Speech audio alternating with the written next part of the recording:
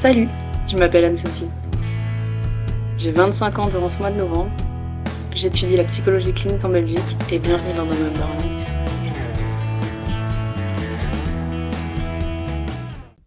On est bon? On est bon. Alors, je vous retrouve dans une dernière vidéo sur cette série sur les processus de deuil. Au départ, je pensais qu'il allait en avoir 6, mais au final, il n'y en a que 5, qui est déjà pas mal. Je vais vous faire une petite conclusion par rapport à tout ce processus de deuil. Avec tout ce que je vous ai dit, le deuil, on peut vraiment le résumer comme un processus qui est personnel, qui est intrapersonnel et interpersonnel, dans le sens où c'est à l'intérieur de nous personnellement, de ce qui se passe, et interpersonnel dans le sens par rapport à nous-mêmes. Les réactions, elles sont très diverses, elles sont multiples et elles ne montrent pas forcément que la personne devrait recevoir une aide professionnelle d'un soignant, quel qu'il soit, que ce soit médecin, thérapeute, psychiatre, psychologue. La plupart des gens, en fait, n'ont pas besoin d'aide professionnelle en cas de deuil. Tout ce que je vous ai dit là, c'est surtout ce qui peut se passer au niveau avec un thérapeute, comment ça peut bien se passer, qu'est-ce qui est bien au niveau du courant centré sur la personne, au niveau pathologique aussi, comment ça se passe. Mais voilà, tout le monde n'est pas dans ces cas-là. Une même réaction chez plusieurs personnes, elle peut même être sous-tendue par différents processus psychologiques. C'est pas parce que l'un pleure à cause de ça que l'autre pleure aussi de cette manière-là, pour faire un bon résumé.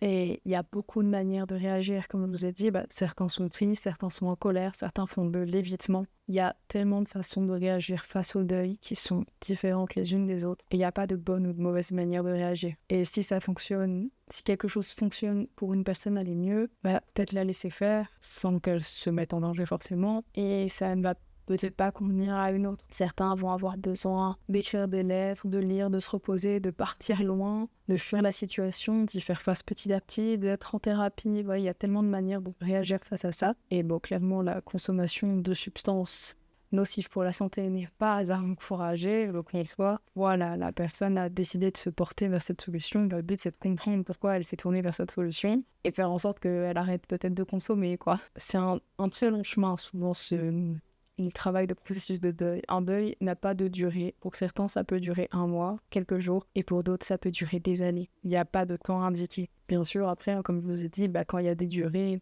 selon le DSM, on rentre dans les pathologies, il y a plein de critères, comme je vous ai dit dans une précédente vidéo, qui font faire en sorte qu'on considère ça comme pathologique. Des interventions, elles peuvent également ne pas être efficaces. Ça, je l'ai dit dans la vidéo précédente. Chaque intervention va être adéquate à une personne et ne pas être adéquate à une autre personne. Il faut pouvoir trouver ce qui va convenir à la personne et si vous êtes en deuil, convenir à ce qui vous est, à ce qui vous fait du bien à vous, à ce qui vous correspond. Si ça génère un dysfonctionnement significatif, c'est que c'est forcément pas la bonne méthode. Et l'intervention psychothérapeutique, elle consiste juste à être présent pour la personne endeuillée, l'écouter de manière respectueuse et lui faire savoir qu'on l'écoute et qu'on la respecte, que ses actions, elle le fait, c'est comme ça qu'elle vit son deuil et on est là pour elle. C'est principalement ça l'intervention psychothérapeute. Et au niveau des thérapeutes, et même je pense que ça peut s'appliquer à tout le monde, c'est que la première chose, c'est que le silence est d'or en mon sens. Ce que la personne va nous raconter, on va pas s'amuser à aller le raconter à quelqu'un d'autre. Autant d'une manière humaine, c'est ce qui est le plus respectueux. Au niveau des thérapeutes, des soignants, tout ça, j'espère que tout le monde respecte la déontologie, mais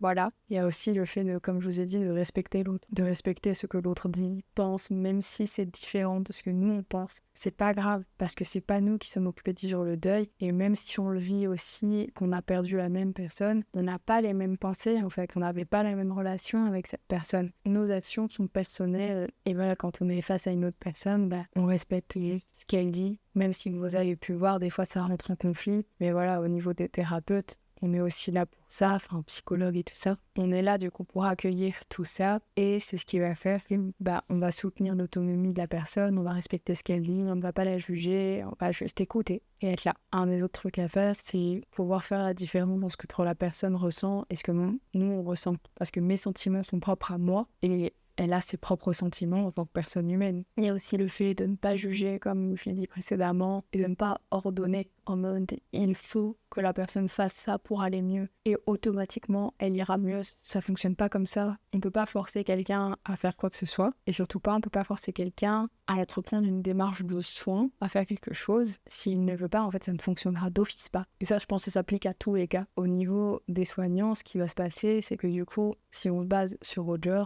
on va réfléchir ensemble, on va trouver quelque chose qui est adapté à la personne ensemble, on va mettre quelque chose en place, mais main dans la main avec la personne endeuillée. Il y a aussi le fait de, du coup, s'abstenir en fait des conseils tout faits, des trucs très banals, très bateaux, en disant ça va aller, hein. Ça va passer, tu verras, avec le temps, ça ira mieux. Même si on sait qu'avec le temps, ça ira mieux, ça n'a pas forcément envie de l'entendre. C'est pas une phrase que la personne a envie d'entendre et peut-être qu'elle dira oui, mais là tout de suite elle va pas bien et elle a pas besoin d'entendre que ça ira mieux plus tard. La personne n'attend pas à ce qu'on lui dise une phrase bateau. C'est comme demander à quelqu'un qui est en pleurs, ça va? Ben oui, ça ne va pas, elle pleure, la personne. Un peu comme si c'était une question absurde. Un des points aussi qui est très important, c'est accepter la souffrance. Autant d'un point de vue personnel, accepter que c'est douloureux, accepter que c'est difficile à vivre, qu'un deuil, il n'y a rien de facile. Et accepter les sentiments qui vont venir même si c'est douloureux. Au niveau du thérapeute, c'est accepter la souffrance de l'autre. Accepter que l'autre souffre, et même au niveau de l'une personne.